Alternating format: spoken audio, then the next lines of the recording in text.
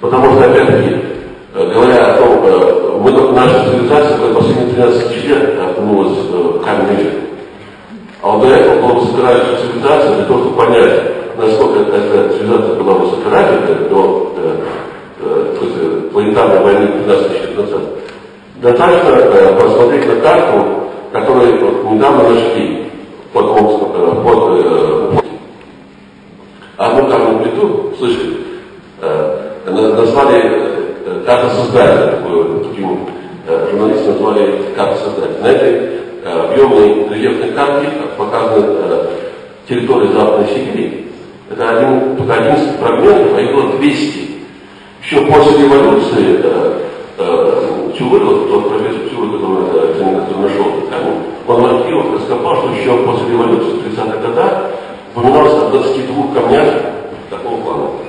Он нашел одну, еще вторую тоже нашел, надеюсь. И сейчас эта карта находится в Московском университете государственном хранении. Ну, надеюсь, что ее не уничтожат. Хотя все отрицают, что это так и есть. Потому что Чувыров сказал, что он передал МГУ, а МГУ говорит, что ничего не передавалось. Неплохо? Хорошо, да?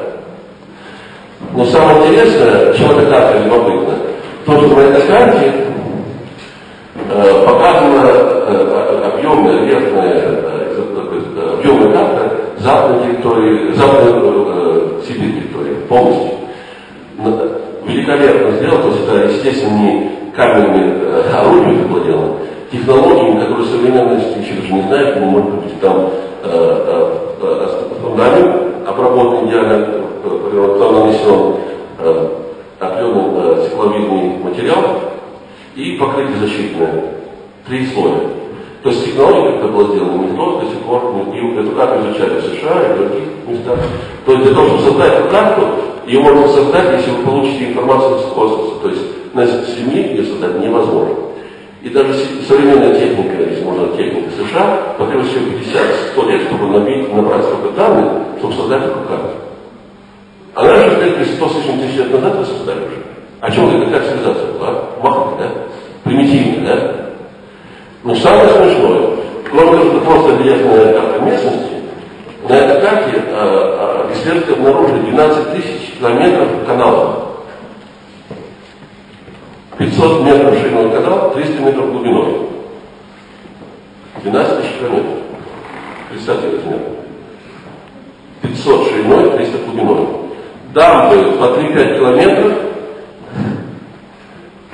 и соответствующих пропорций. Чем больше длина, начинается больше. И, как понятно из этих данных, что с помощью этих дамб наши предки управляли распределением воды по региону. То есть лишнюю воду спускают туда и как распределяли воду. 12 тысяч километров каналов. То есть самый крупный канал, существующий сейчас, по сравнению с ним просто царапинка махонькая. Ну как?